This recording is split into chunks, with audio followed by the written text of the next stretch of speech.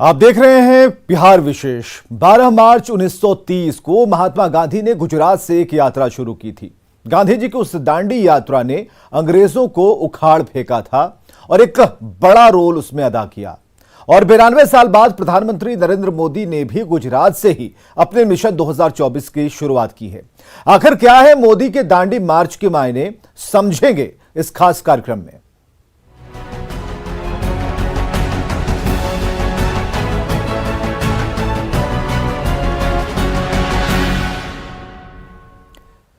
उत्तर प्रदेश में प्रचंड जीत के रथ पर सवार पीएम मोदी ने 2024 के लिए दांडी मार्च की शुरुआत कर दी है। 4 राज्यों में भगवा फहराने के ठीक बाद उन्होंने अहमदाबाद और गांधीनगर की सड़कों से मिशन 2024 का आगाज किया। यूपी में जीत का मतलब है कि प्रधानमंत्री नरेंद्र मोदी सबसे ज्यादा आबादी और सबसे ज्यादा लोकसभा सीटों वाले राज्य यूपी पर पूर्ण बहुमत के साथ 2024 की राह आसान बनाने के लिए तैयार हैं।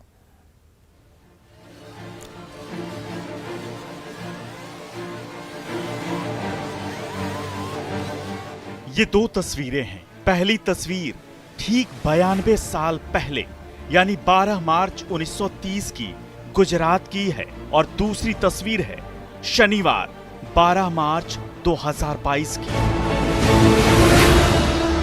दोनों तस्वीरें गुजरात की ही हैं, लेकिन पहली दांडी की है और दूसरी गांधीनगर की। लेकिन दोनों तस्वीरों के पीछे एक बड़ा मिशन है। 92 साल पहले गांधी जी ने अंग्रेजों को देश से निकाल बाहर करने का प्रण लिया था, तो दूसरी तस्वीर में पीएम मोदी 2024 में कांग्रेस और पूरे विपक्ष को दिल्ली की सत्ता से दूर रखने की मुहिम पर हैं। यह है मोदी की दांडी यात्रा।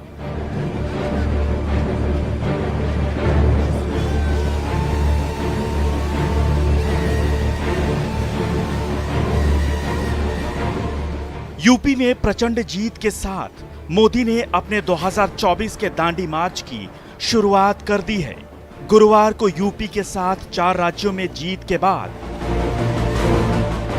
उन्होंने शुक्रवार को अहमदाबाद में रोड शो किया और फिर शनिवार को गांधीनगर की सड़कों पर जनता से मिले।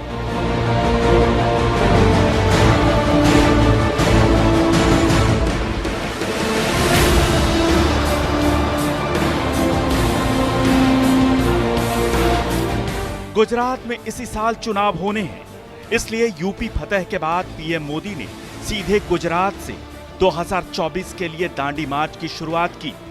यानी भाजपा अभी से गुजरात की तैयारियों में लग गई है। आज एक और पावन अवसर है। आज के ही दिन नमक सत्याग्रह के लिए इसी धरती से दांडी यात्रा की शुरुआत हुई थी। अंग्रेजों के अन्याय के खिलाफ गांधी जी के नेतृत्व में जो आंदोलन चला, उसने अंग्रेजी हुकूमत को हम भारतीयों के सामूहिक सामर्थ्य का एहसास करा दिया था। उत्तर प्रदेश में योगी आदित्यनाथ की वापसी के साथ 2024 के लोकसभा चुनाव के लिए भी बड़ा संदेश मिला है। यूपी में जीत का मतलब है कि प्रधानमंत्री नरेंद्र मोदी साल 2024 के आम चुनाव से पहले सबसे ज्यादा आबादी और सबसे ज्यादा लोकसभा सीटों वाले राज्य पर पूर्ण बहुमत के साथ पार्टी का नियंत्रण रखने के लिए तैयार हैं। ऐसा इसलिए क्योंकि लोकसभा चुनाव में उत्तर प्रदेश सबसे अहम भूमिका निभाता है। संसद में सबसे ज्यादा 80 सांसद यहीं से आते हैं। इसलिए राजनीतिक पंडितों का मानना है कि 2024 में बीजेपी की राह में बहुत ज्यादा रोड़े नहीं हैं। Bureau report, news 18।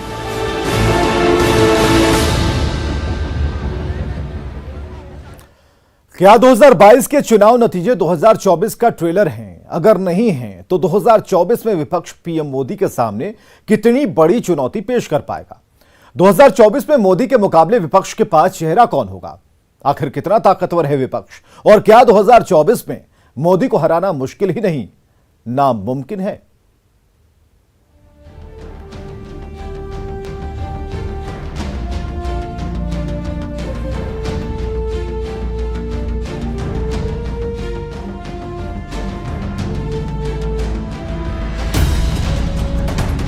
क्या 5 राज्यों के चुनावी नतीजे साबित करते हैं कि प्रधानमंत्री मोदी की राह में फिलहाल कोई रोड़ा नहीं है? क्या गुरुवार को आए नतीजे ये बताते हैं कि 2024 में कोई नहीं है मोदी के टक्कर में? सबसे पहले हम आपको उन नेताओं की ताकत बताते हैं जो 2024 में प्रधानमंत्री मोदी के लिए चैलेंजर साबित हो सकते हैं। फिर आप खुद अंदाजा लगाइए कि 2024 में मोदी के सामने विपक्ष कितनी ताकत से चुनावी समर में उतर पाएगा।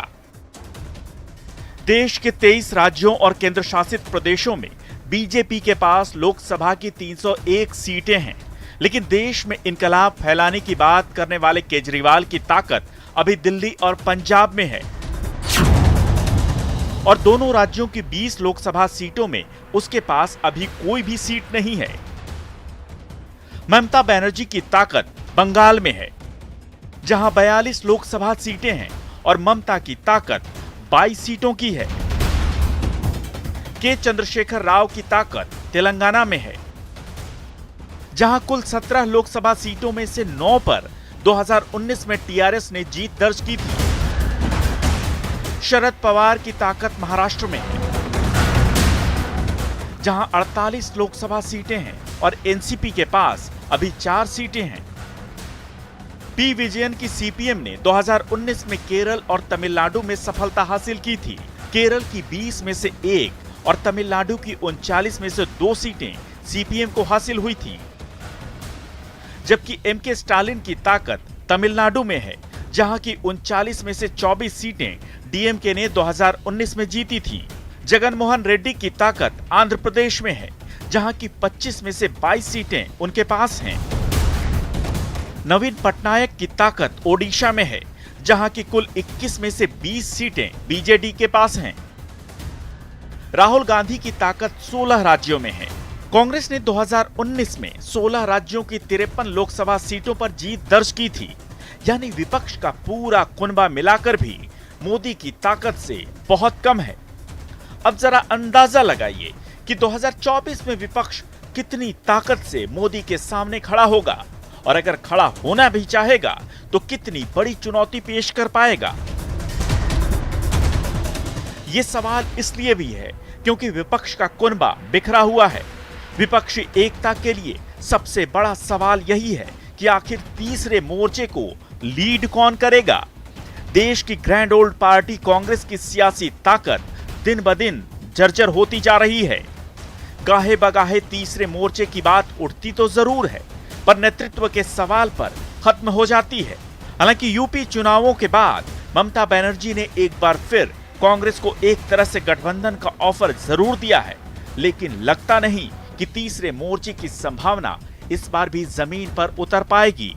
4 राज्यों के चुनाव नतीजों को एक तरह से 2024 का सेमीफाइनल माना जा रहा था, जिसे बीजेपी ने आसानी से 4-1 से जीत लिया है। ऐसे में सवाल है कि क्या 2022 के नतीजे 2024 का ट्रेलर हैं?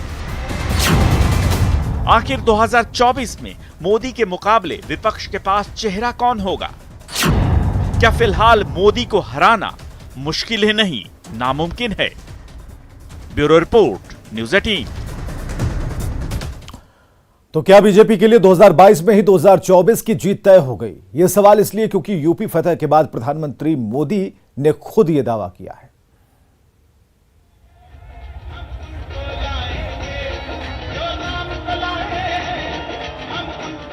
ये जीत है प्रचंड।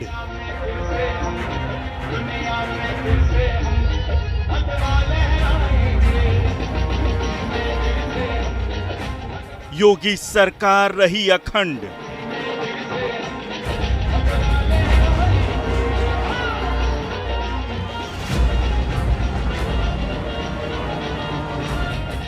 ये जीत है मिशन 2024 का आगाज।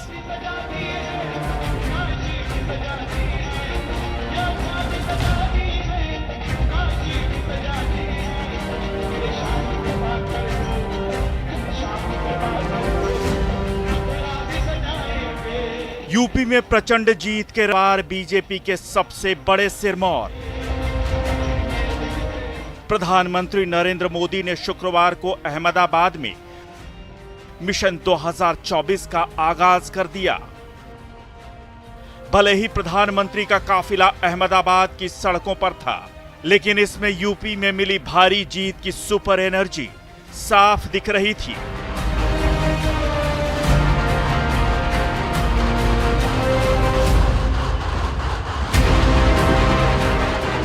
दो 2017 की तरह उत्तर प्रदेश के चुनाव में जबरदस्त मोदी मैजिक चला। मजबूत रणनीति के तहत पीएम मोदी ने पश्चिमी यूपी से लेकर पूर्वांचल तक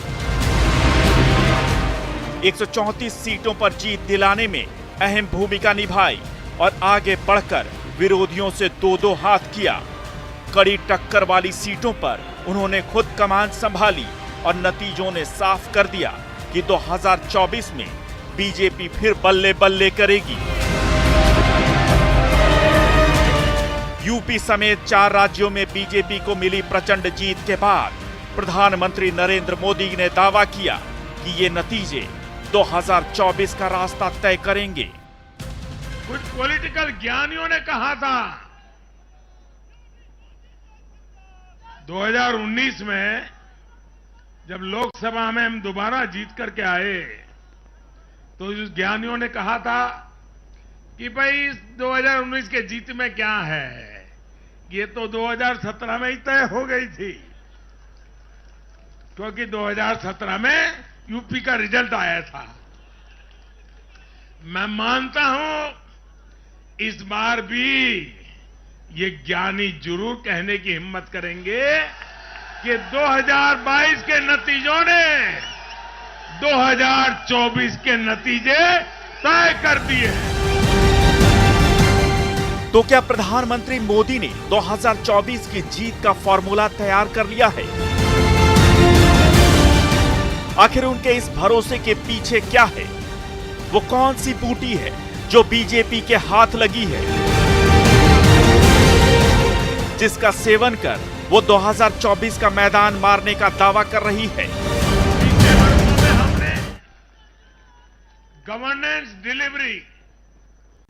गवर्नेंस डिलीवरी सिस्टम तो बेहतर किया ही, साथ साथ पूरी प्रक्रिया में पारदर्शिता भी लाई। फॉर्मूला नंबर 1 ये है मोदी का 2024 की जीत का formula number 1, governance delivery system. 2024 में बीजेपी की जीत का पहला फॉर्मूला है, यानी 2024 में बीजेपी ने अपनी सरकारी मशीनरी के जरिए लोगों तक योजनाएं पहुंचाने की सफलता को भुनाने की तैयारी कर ली है। जिस सरकारी सिस्टम की बैटरी को हमेशा के लिए डाउन माना जाता था, उसे मोदी ने फुल चार्ज कर दिया है।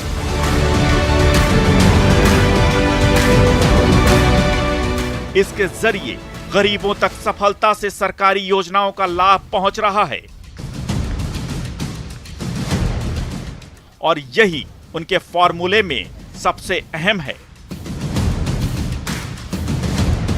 भाजपा गरीब को भरोसा देती है कि प्रत्येक गरीब तक सरकार ने निर्णय की हुई सुविधाएं जरूर पहुंचेगी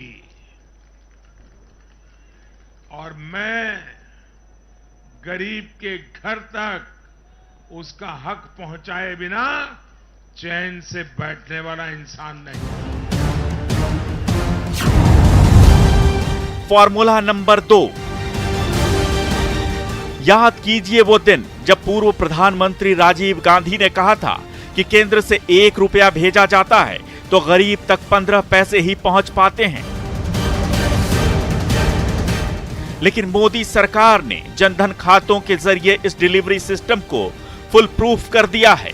अब योजनाओं का सीधा लाभ आखिरी आदमी तक पहुंचना तय है और इसकी सफलता को जनता तक लेकर जाना और 2024 चुनाव में भुनाना पीएम मोदी का अहम फॉर्मूला है। देश में गरीबों के नाम पर घोषणाएं बहुत हुई, योजनाएं भी बहुत बनी, लेकिन उस योजनाओं का जो हकदार था, जिस गरीब का उस पर हक था, उसके लिए ये हक उसको मिले बिना परेशानी को मिले, उसके लिए गुड गवर्नेंस, डिलीवरी, इसका बड़ा महत्व होता है। लेकिन भाजपा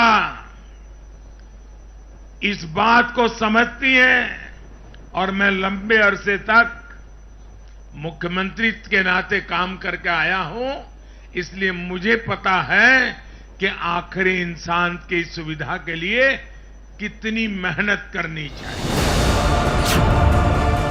और अब तीसरा फॉर्मूला जान लीजिए, यानी गुड गवर्नेंस के साथ डिलीवरी सिस्टम के जरिए जन जन तक सरकार की योजनाओं को फायदा पहुंचाना ही मोदी सरकार का सबसे बड़ा लक्ष्य है।